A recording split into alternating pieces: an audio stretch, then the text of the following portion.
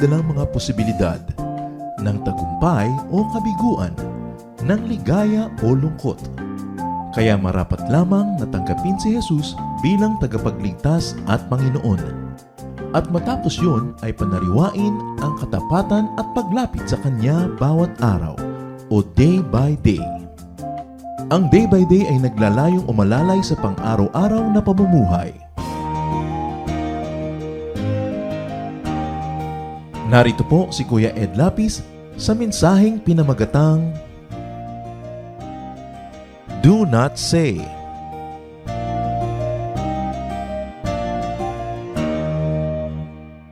What you say can affect your ears. Bago pa marinig ng ibang tao ang sinasabi natin, tayo na una nakarinig. So what affect your ears can affect your brain. Therefore, it can affect your entire personhood. Kaya pinag-iingat po tayo ng Biblia sa mga sinasabi natin because what we say has a very powerful way of becoming true. What we say has a powerful way of becoming believed by us. Kaya kung yung mga sinasabi natin, kahit hindi natin paniniwalaan sa simula, nagsisimula nating mapaniwalaan. At kung yan ay ating laging sinasabi, nagkakatotoo. Hindi man sa realidad, sa labas ng ating katawan, nagkakatotoo sa loob ng ating isip. Kaya maraming sinasabi sa Bible, do not say. Huwag sabihin. At ilan sa mga yan ay ating pagbubulay-bulayan sa mga sandaling ito. Ama namin, salamat sapagkat kayo ay nagtuturo sa amin na mag-ingat. Ayaw niyo kami, Panginoon, na mapahamak. Ayaw niyo na maapektuhan ang aming isip na maraming lason. Tinuturoan niyo kami kung anong mga marapat na sabihin at hindi. At sa sandaling ito, kami, Panginoon, ay nagpapaturo sa inyo. Kayo po ang maging tagapangaral. Patawarin niyo po kami sa mga kasalanan namin. Malalaki at maliit, sa alam man namin o hindi, sinasadya man o nagkakataon na nangyayari. Lahat po ng pagkukulang namin, nilalapit namin sa inyong patawarin niyo, punan niyo, O Diyos. At nawa kayo po ang siyang maging kaaliwan ng aming puso, lakas ng aming katawan, karunungan ng aming isip. Mangusap kayong may kapangyarihan at maging blessing ang paglapit namin sa inyo. We ask for blessings, O God. Bless us with your words. Bless us with your wisdom. Protect us from all lies and falsehood. We ask you, Father, to be our teacher. In the name of your Son, our Lord Jesus, we pray. Marami pong mga nakalagay sa Biblia na huwag daw dapat sasabihin. Isa dyan, do not say, I deserve this. I deserve this good thing. Halimbawa, may malaki kayong bahay, don't say, I deserve this. Meron kayong magandang trabaho, meron kayong kayamanan, don't say, I deserve this. Ang mga tao polite sa inyo, binibigyan kayong regalo, binibigyan kayo ng pag-ibig, don't say, I deserve this. Deuteronomy 9:4. After the Lord your God has driven them out before you, do not say to yourself, the Lord has brought me here to take possession of this land because of my righteousness. No, it is on account of the wickedness of these nations that the Lord is going to drive them out before you. Ano po yung konteksto nito? Ang mga Israelita ay bibigyan ng Panginoon ng lupang ipinangako sa kanila at ipatatalo ng Panginoon yung mga nakatira doon dito sa mga Israelites na dadayo pa lamang. At sabi, kung sakasakaling dumating ang panahon na naging inyo na ang lupain, huwag niyong masasabi-sabing, deserve niyo yon. Matuwid kasi tayo, maka-Diyos kasi tayo, kaya nabigay ito sa atin. Sabi, hindi. Pinapalayas ko yung mga nakatira dyan, hindi dahil mabait kayo, kundi dahil lang mas masama sila. So nakikita po natin na hindi lang dahil binibigyan ng lupa yung mga Israelites is because they were deserving, but because the people who were on that piece of property displeased God all the more than the Israelites. Sabi, huwag niyong sasabihin yan. Sometimes it is not you, but it is them. Pag nananalo tayo, hindi naman dahil kung minsan mabilis tayo, dahil yung kalaban natin sa takbuhan na dapa. Nag-top ka sa exam, hindi dahil ikaw pinakamatalino, dahil yung mga ibang kakompetensya mo, mental blackout pala. O kaya absent sila.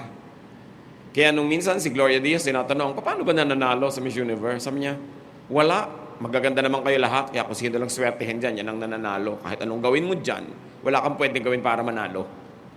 Sabi kasi total, ang dami mong kalaban. Magaganda rin kayo lahat. So kung sinong napagkaisahan na manalo, yun ang nanalo. Hindi ibig sabihin yun na yung pinakamaganda.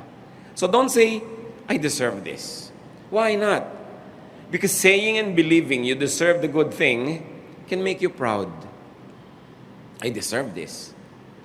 It can make you insensitive to other more deserving people, or to those who are equally deserving, or to those who are almost deserving, but then you become insensitive to them and say, I am the one who deserves this.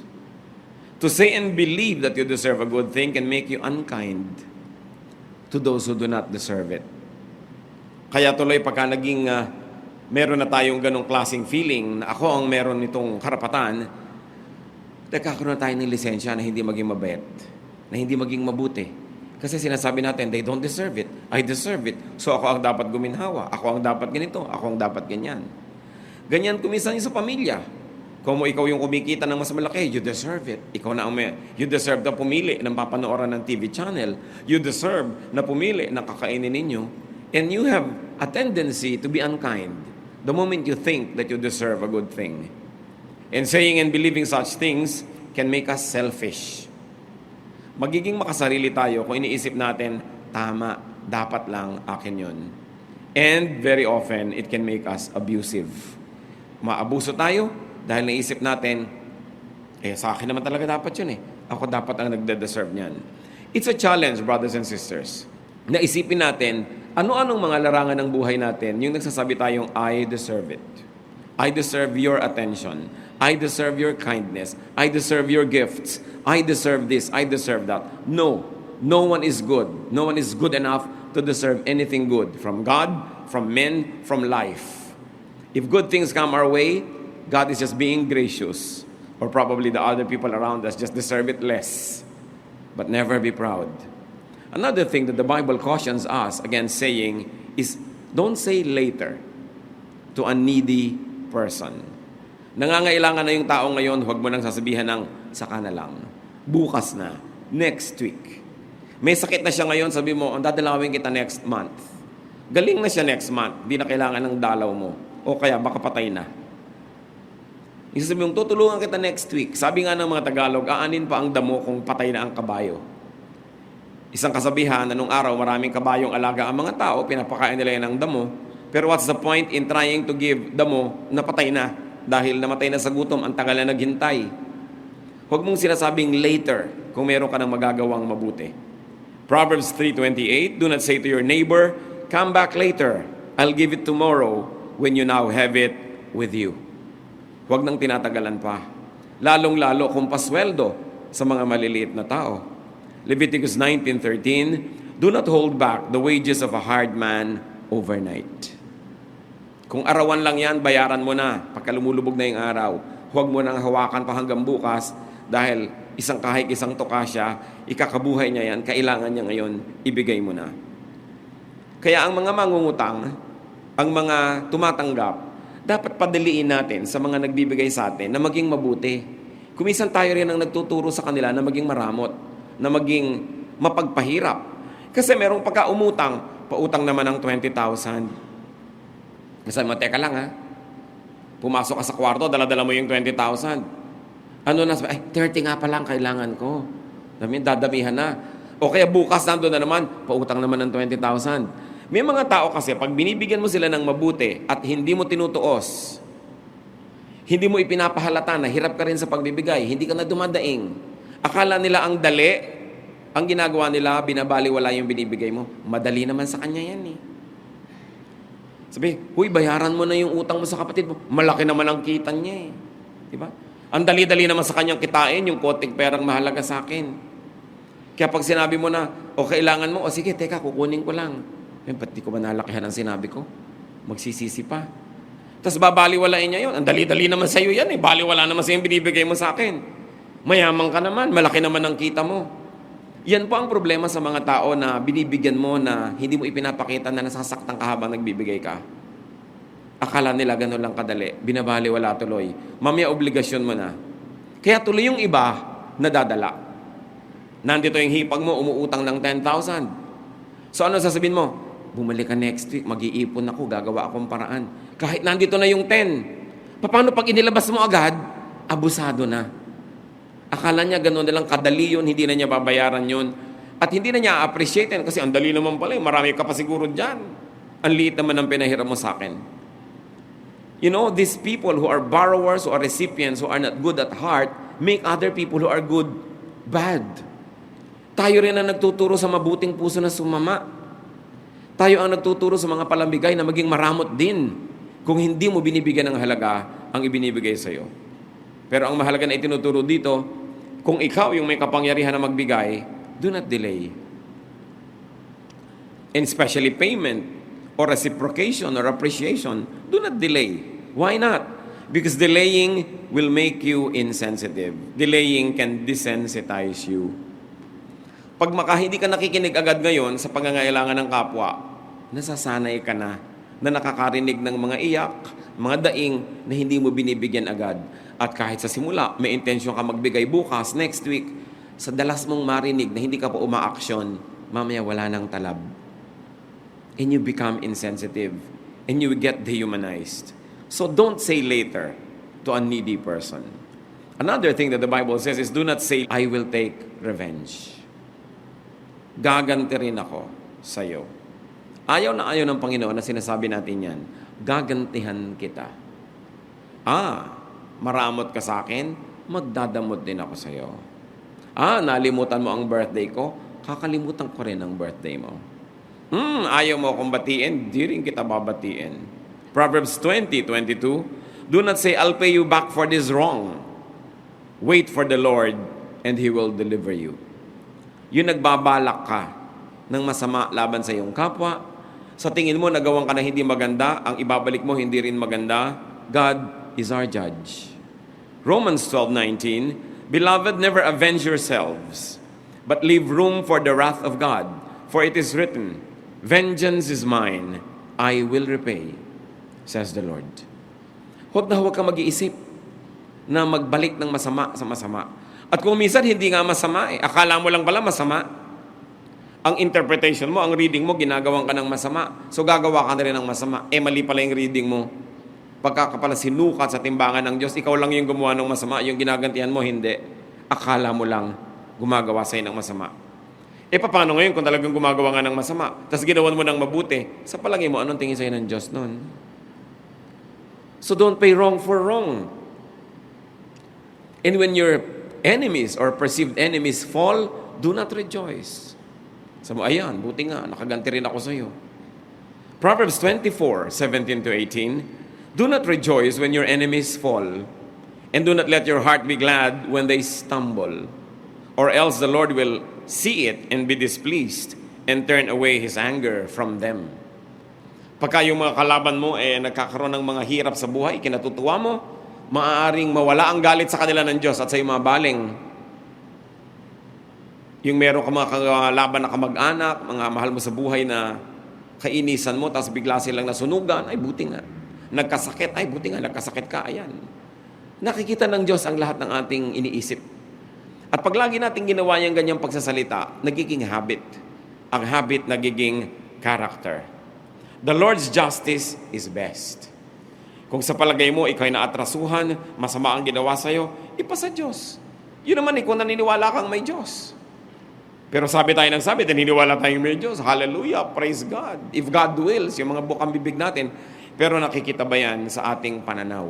Lalong-lalo kung sa tingin natin, tayo ay nagawa ng mali. Ayaw ng Diyos ng mali. At siya ang magtutuwid nun. The Lord's justice is exact.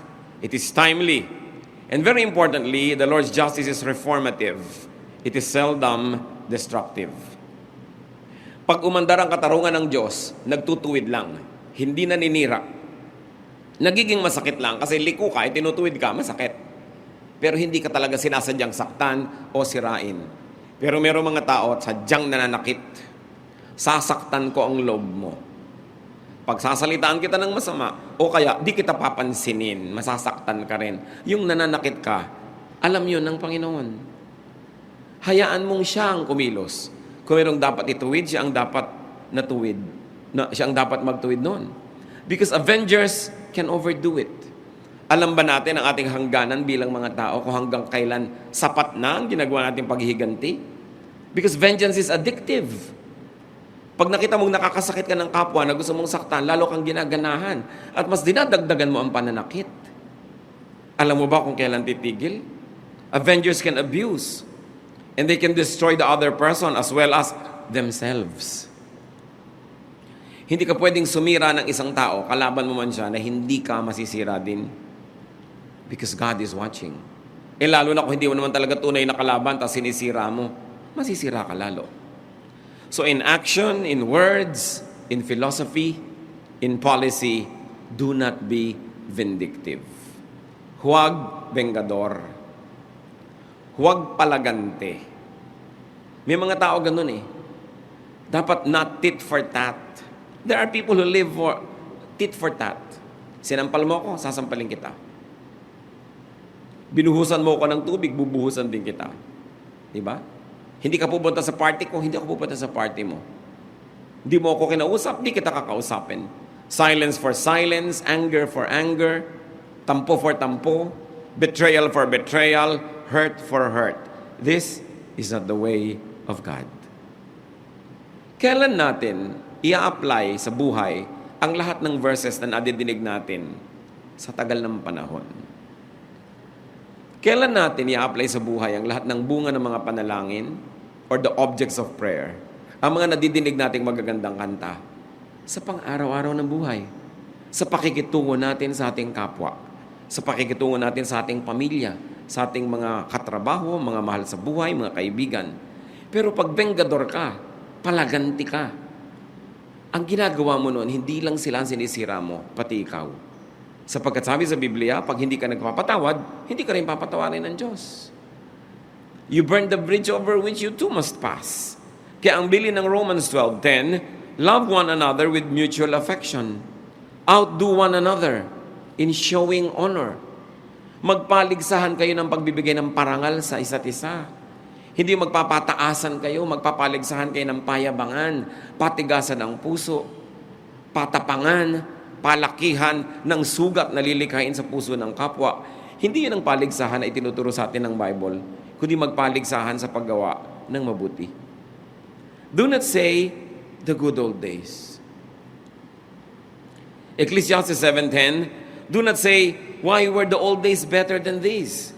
For it is not wise to ask such questions. Hindi lang pala sa panahon natin tayo nagre-reminisce sa mga good old days, the good old days. Mabuti pa nung araw, mura ang gasolina. Mabuti pa nung araw, mura ang ganito, mura ang ganon. Panahon pa ni Solomon, 1,000 taon na, meron na rin ganong tendency ang mga tao na pag-isipan, mabuti pa nung araw, mabuti pa nung araw. Sabi, huwag nga kayong ganyan, sabi ni Solomon, hindi mabuti, hindi katinuan na itanong ang ganyang mga tanong. Why? Because you would be blind to today's blessings. And if you became blind to today's blessings, you would be unhappy. Katulad ng sabi ni Percy Bysshe Shelley, we look before and after and pine for what is not. Wala kang tinignan kundi yung nangyari na o yung mangyayari pa lang at ang hinahanap mo yung wala. Hindi mo natitingnan yung ngayon. Days are generally better. Life improves. Nung araw, kahit may pera ka, appendicitis lang, mamamatay ka. Pagka ngayon ine-x-ray yung mga mummies na mga pharaohs, namatay sila kumisan dahil lang sa namamagang ngipin, na-infect ang mga bagang. Nakikita nila, ito ikinamatay ng pharaoh na to. Minsan walang kakwenta-kwentang pagkakapilay sapagkat wala silang surgery, kinakamatay. Nung araw, ang mga Roman emperors, para lumamig yung mga kwarto nila, nagpapahakot sila ng mga tipak-tipak ganggang bahay ng mga yelo sa Alps. Ibinababa ng bundok, dinadala sa city of Rome. Ang liit na pagdating, ganggang suntok na lang. Ngayon, kahit na ordinaryo ka lang nakawani, nakakapag-aircon ka. Kahit nga walang-wala ka, pumasok ka lang sa mall, lumalamig na yung katawan mo. Daig mo mga Roman emperors. Nung araw, kahit ng mga emperor magbabiyahe, pupunta lang sa kabilang bansa, 3 buwan. Ngayon, kahit na mamamasukan ka nakatulong, ilang oras lang, nandun ka na, nakapag-aeroplano ka na. Ang daming ginhawa ng tao ngayon. Democracy is so much more better than absolute monarchy. Even socialism has better effects for the people than what it was before, na absolute monarchy. Medicine is improved so much. Transportation and mobility, education. Dati mga prinsipe at prinsesa lang ang nag-aaral. Ngayon, napakarami nakakapag-aral. Technology is improved so much. Kahit nasa kaloob-looban ka ng kwarto mo, nakakapag-text ka. Nung araw, kahit mga chief ng mga Indians, magpapausok-usok pa para magpadala ng mensahe sa langit. Eh kung umihip ang hangin, nabura patuloy. Pero ikaw, kahit ngayon magbabalot, nagte-text-text ka dyan. Yung hindi yan naranasan ng kahit na sinong mga emperor at mga hari sa Europa noong araw. There's a lot of comfort today. So, yung sinasabing the good old days. The days are better.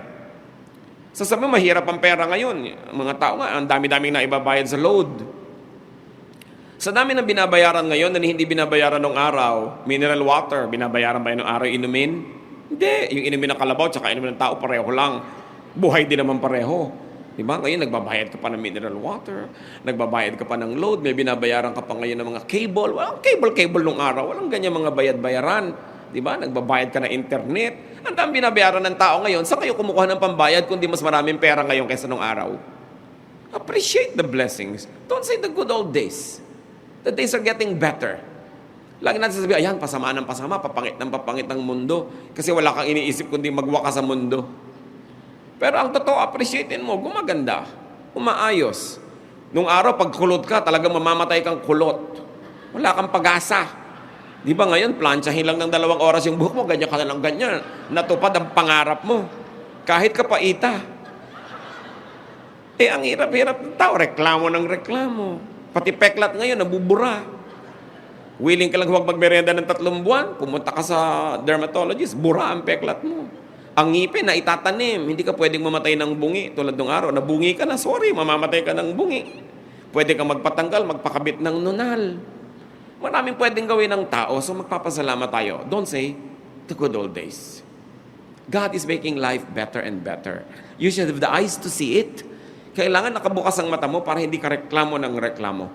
Do not say, I am only a woman, I'm only a man, I'm only poor, I'm only an ordinary person, I'm only a child.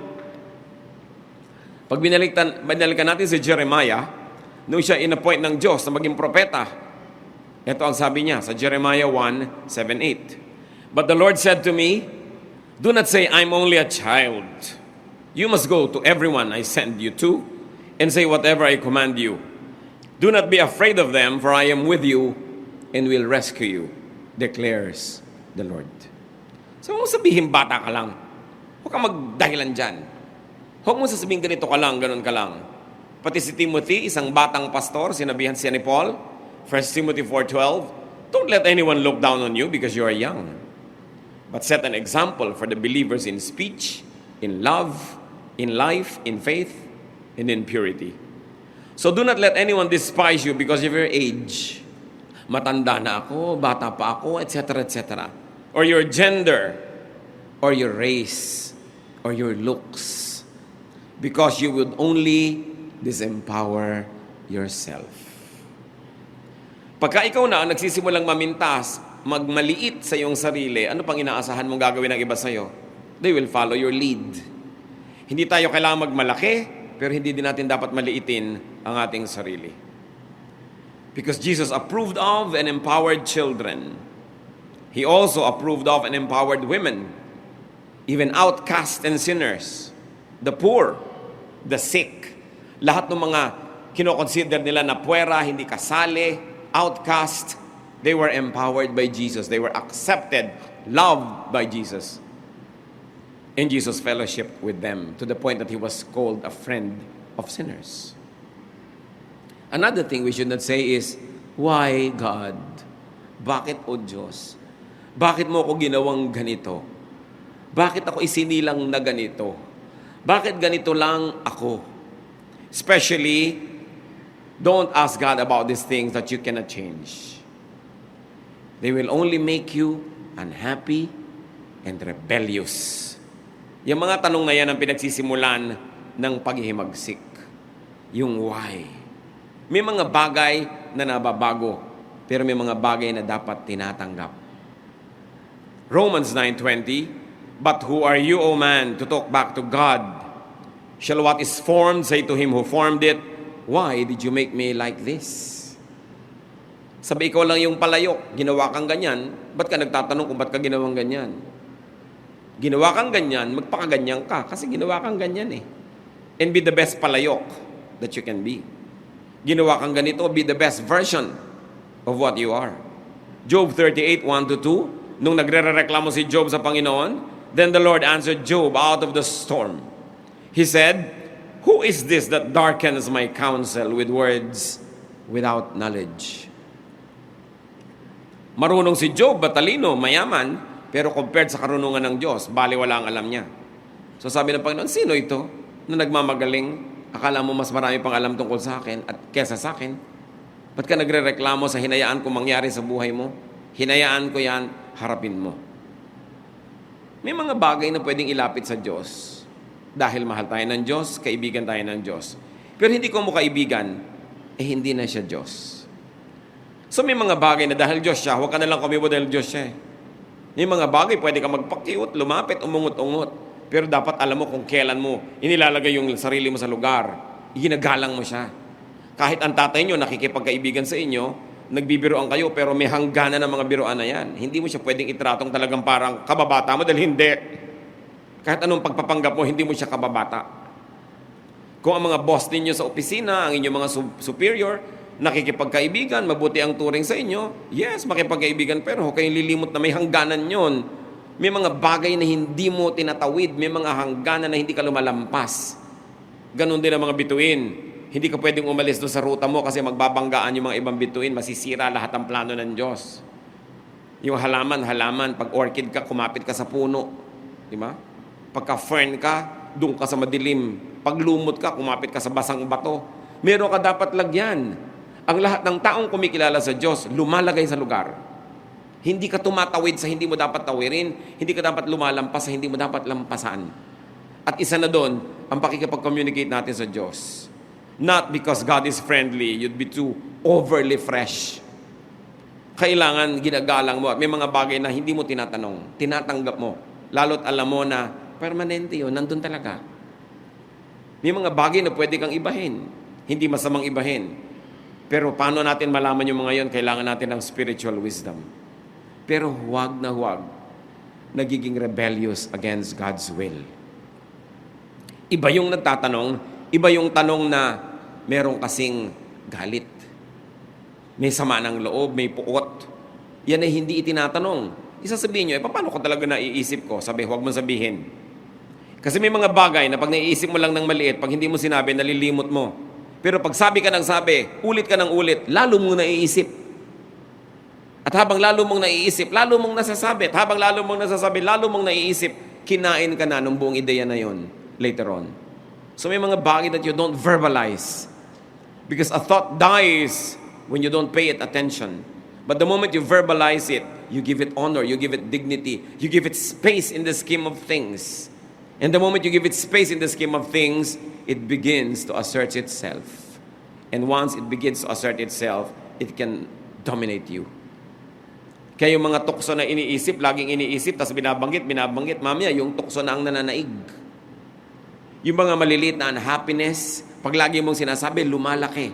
Kinakain ka, nasisira ang iyong pagkatao. May mga bagay hindi dapat sinasabi. Masama ang loob mo sa isang tao, pag sinabi mo doon sa kapwa mo tao, sumama na rin ang loob niya doon, nagkagulo-gulo na lumaki. Sa halip ngayon tuloy, na magkaroon ng kapayapaan, ang pinagsabihan mo pa, galit din, nagkasulsulang kayo ng galit nyo, lalo lang kayo nagalit, gumulo ang mundo. Mga kapatid, tandaan nyo, may mga bagay na hindi sinasabi. Sinasarili. Ang mga totoong tao, nakikilala mo, hindi lang sa sinasabi. Nakikilala mo rin sa hindi sinasabi. Sa sinasarili, sa kinikimkim, at ipinapasa Diyos. Kailangan ng tao ay tao, hindi tayo hayop. Ang aso, pag natapakan, tumatahol. Pag nagulat ang ahas, tumutuka. Ang tao ay tao, dapat ang tao may pagtitimpi. Ang tao mayroong pagpipigil sa sarili. Yun ay pinagkaiba natin sa mga mababangis na hayop. Kaya hindi lahat ng iniisip, sinasabi. Lalo't kung ang pagsasabihan mo masasaktan, wala namang mabuting magagawa, kundi nakasakit ka lang. Bakit ka mananakit nang walang mabuting kinauwian? Siyempre, yung sinaktan mo, kung hindi rin maganda ang pagkatao, sasaktan ka rin. Hindi na matatapos ang sakitan ninyo. Is that the kind of life you want to live? Another is that do not say, surely, when it comes to the future. James 4:13-15.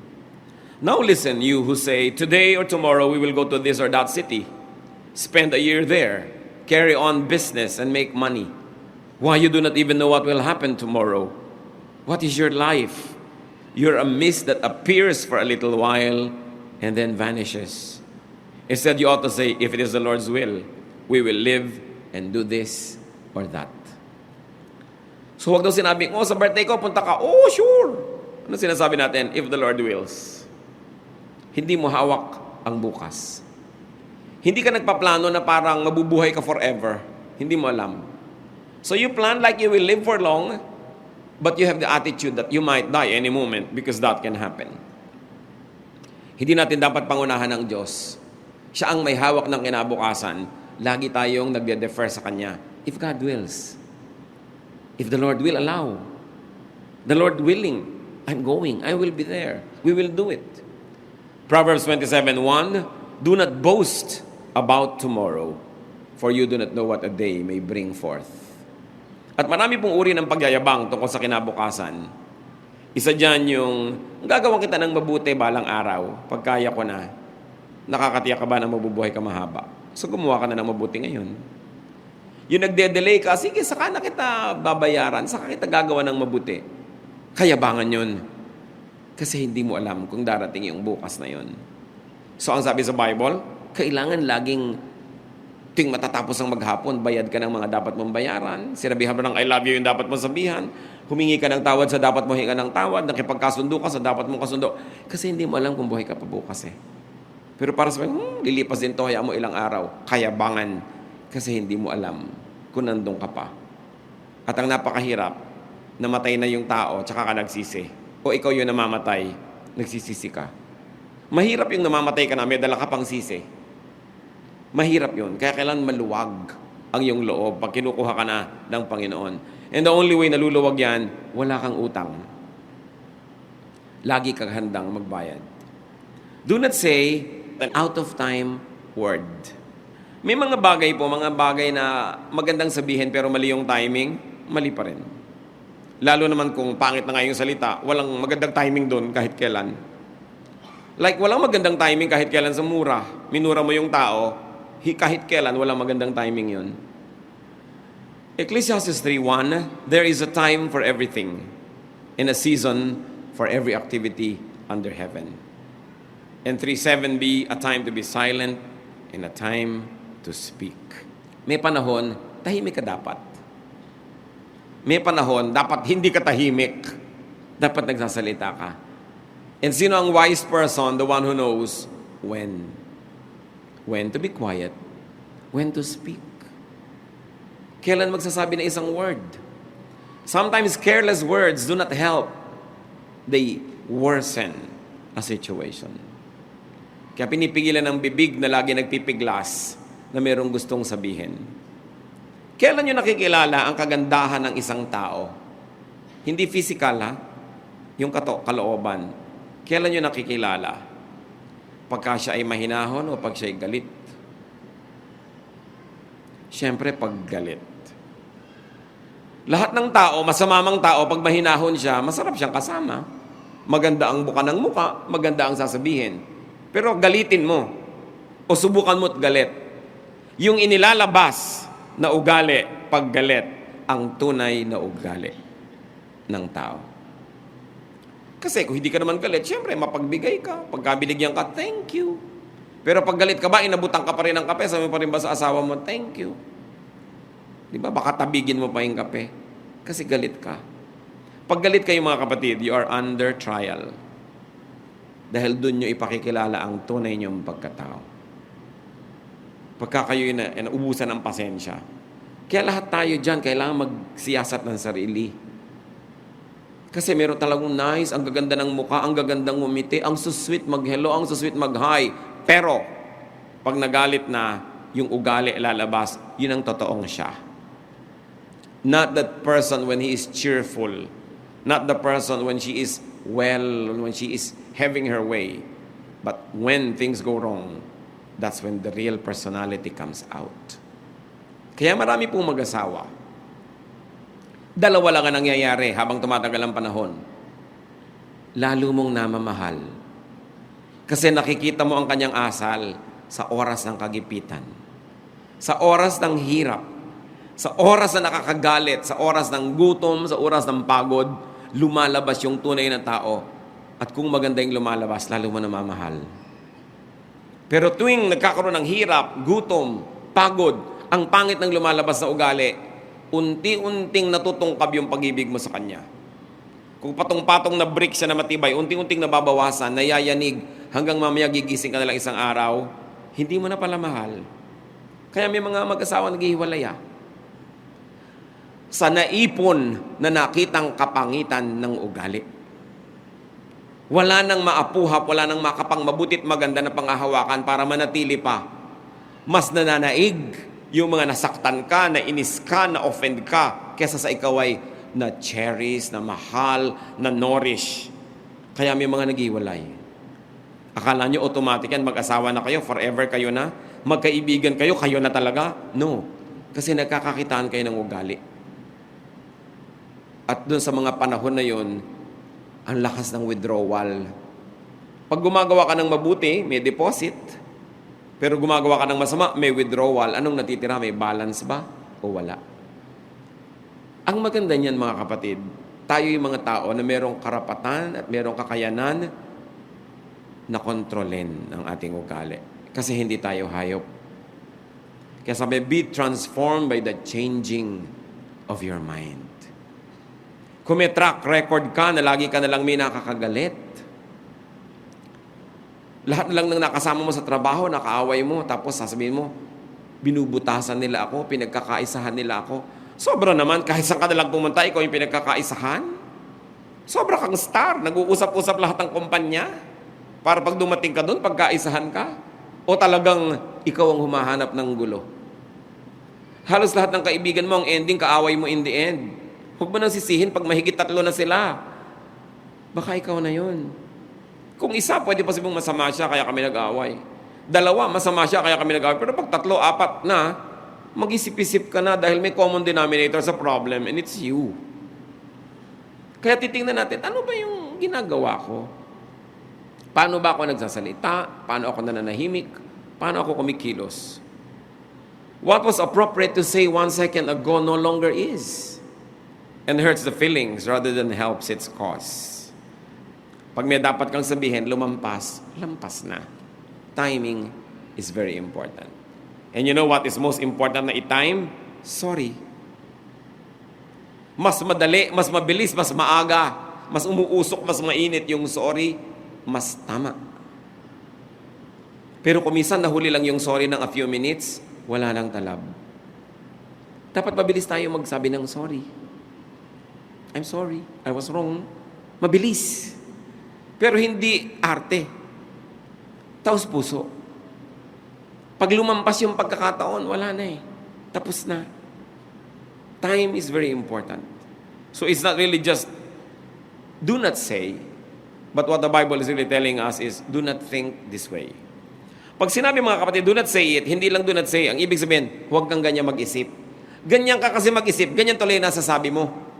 So pag sinabing, huwag mong sabihin yan, ang totoong sinasabi, huwag kang mag-isip ng ganyan. Baguhin ang paraan ng pag-iisip. Kung paano ka nag-iisip, nalalagay sa puso mo ang lahat at mula dyan lumalabas ang mga salita. Matthew 12:34. For out of the abundance of the heart, the mouth speaks. Kung anong laman ng puso, inilalabas ng bibig o ipinapakita ng katawan sa aksyon. At kung yun ang lumalabas sa ating bibig o aksyon, yung hindi maganda, yung nagpapalayo sa mga tao sa atin, nakakaaway tayo, dapat palitan ng laman ng puso. Hindi lang dapat palitan at pagandahin ang bokabularyo. Hindi lang dapat gandahan ang timing. Yung pinagmumula ng bokabularyo natin, yung ating espiritu, yung ating pagkatao, yun ang dapat talaga mabago. At kadalasan, ang mga tao naman, hindi sila likable only because they have been rejected many times. Maraming mga tao, sasabihin nila, hindi naman ako loving kasi hindi naman ako lumaking may nagmamahal sa akin eh. Oo nga, pero maibabalik mo pa ba yung childhood mo para i-replay mo, para may magmahal sa'yo, para maging mapagmahal ka? Wala ka na magagawa sa tapos na.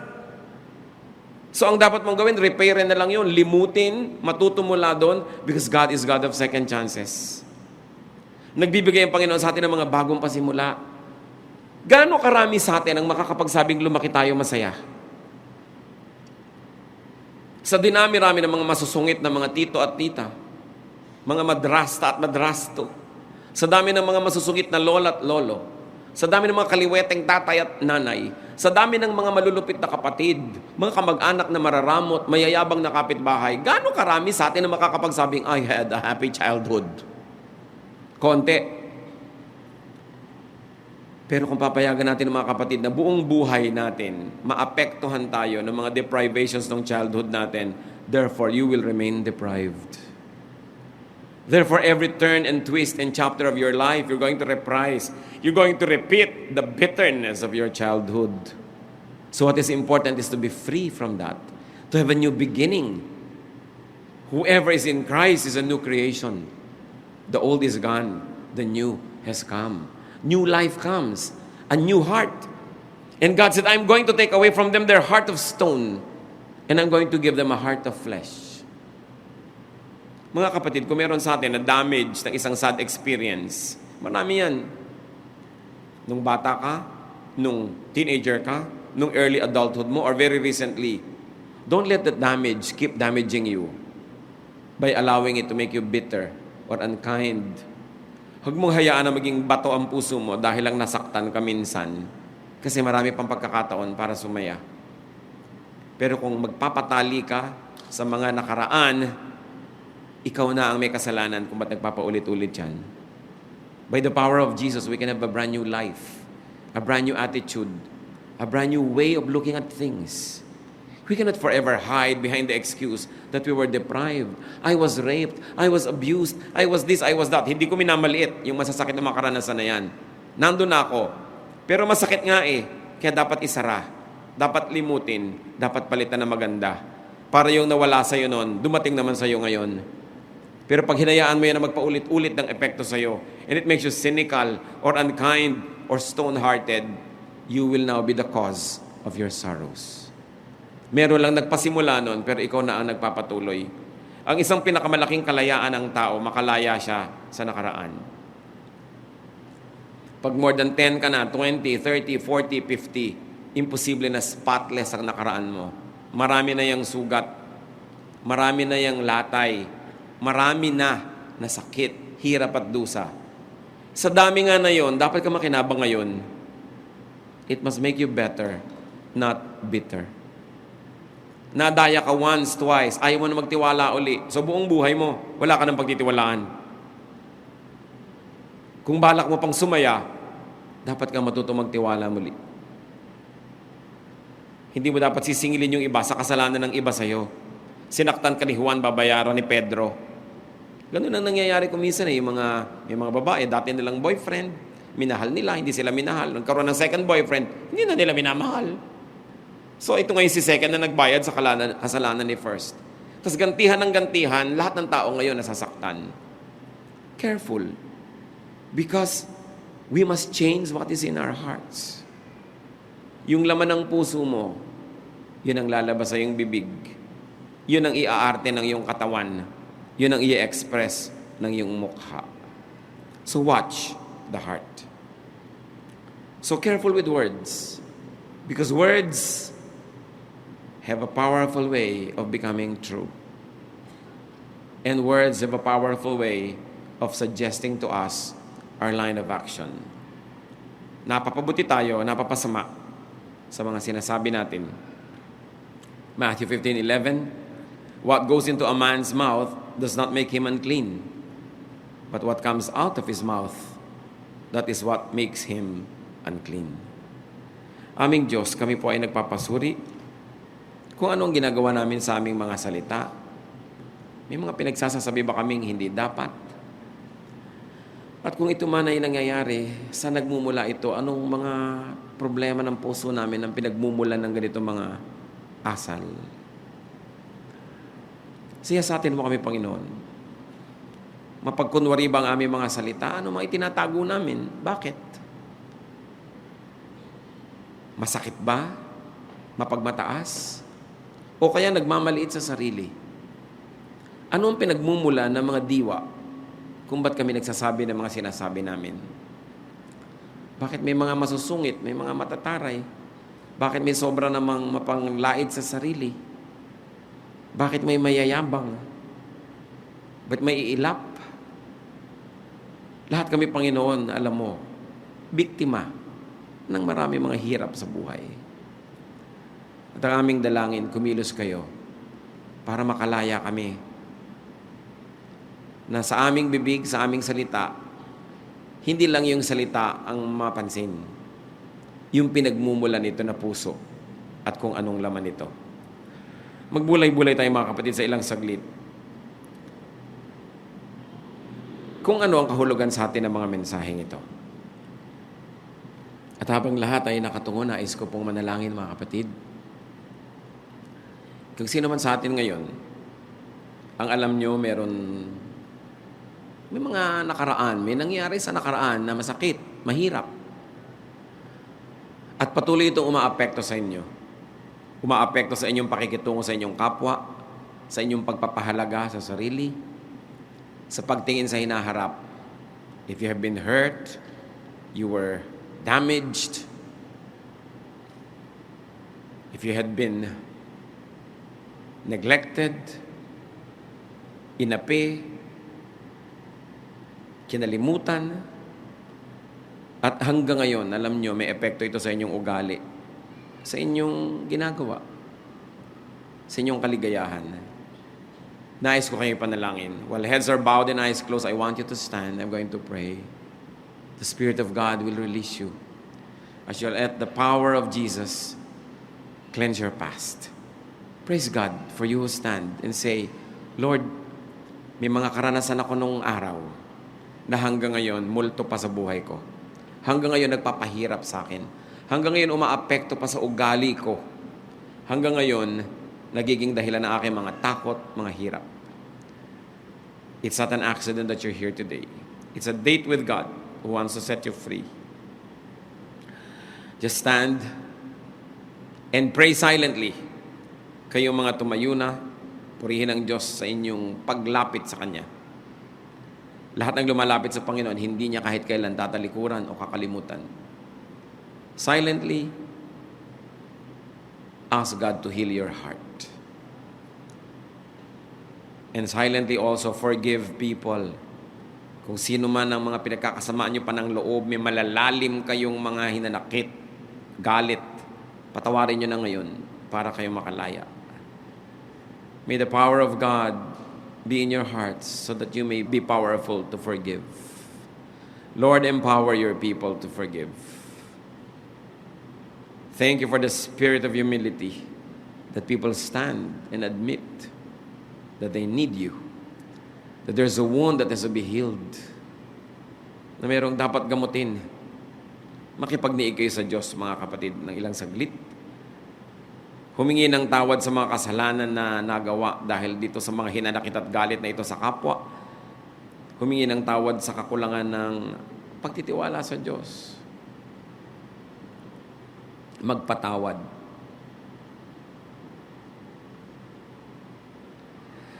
Panginoon, sa pagtayo na yung mga anak na ito, kinikilala ang isang katotohanan na kayo'y nanggagamot.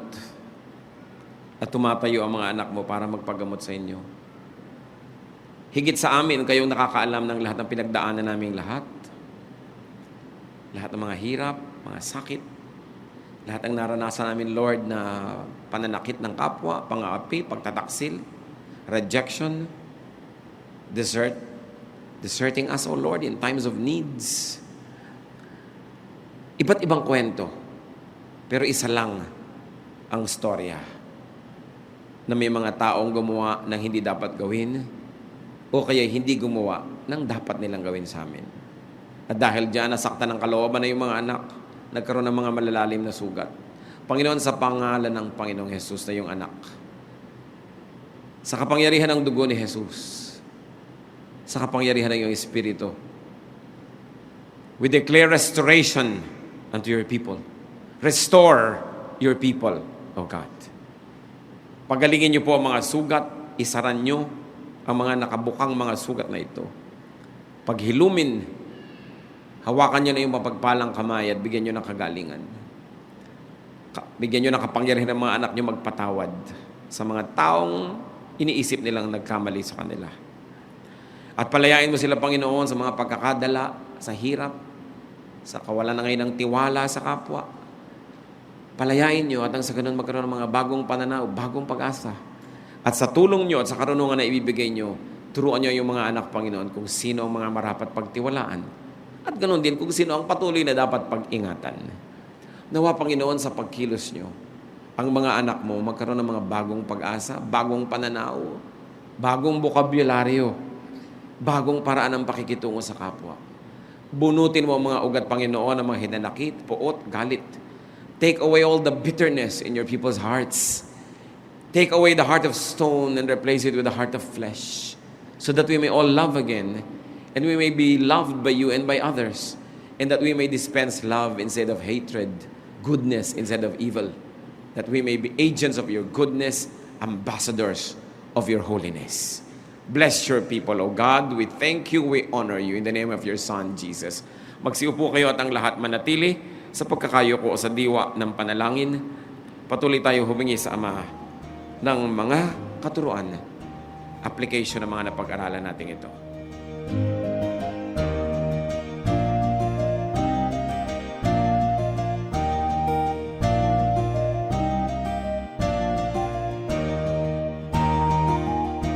Ang katatapos pong mensahe ni Kuya Ed Lapiz ay pinamagatang Do Not Say.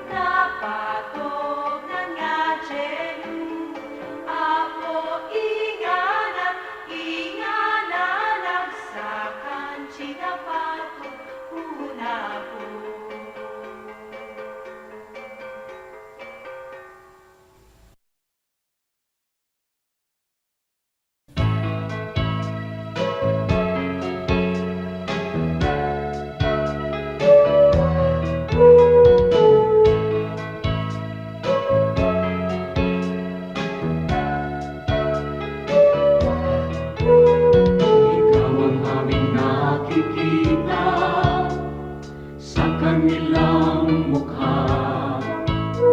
Kaya ang mabuting balita binabahagi sa mga dukha. Ngunit paano nilang masisilayan ang habag at pag-ibig mo kung hindi mapatutunayan sa aming patotoo? Kaya kung paano mo kami kinalingan, kung paano mo kami minahal, sa aming buhay nawa ay magbunga ng pagtitiyaga at pagpapagal. Sa aming kilos, salita at damdamin, maranasan nilang totoo ang kabutihang natutunan namin na nagmumula sa'yo.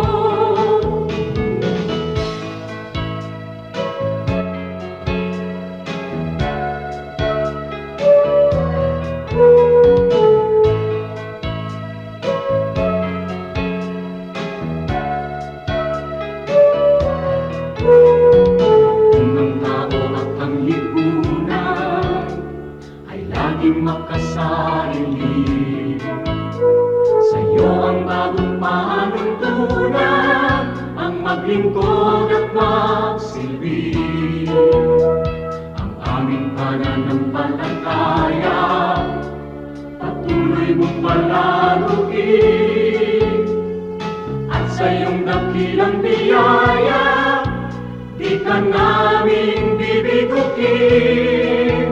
Kaya kung paano mo kami kinalingan, kung paano mo kami minahal, sa aming buhay nawa ay magbunga ng pagtitiyaga at pagbabagal. Sa aming kilos, salita at damdamin, maranasan nilang totoo ang kabutihang natutunan namin na nagmumula sa'yo.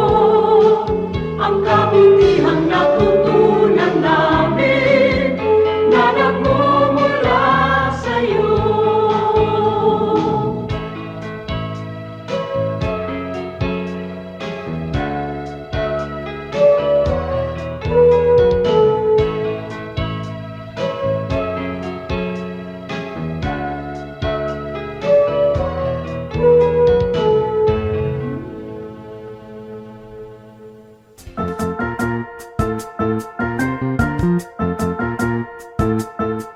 Oras na po para pansamantalang magpaalam ang programang Day by Day.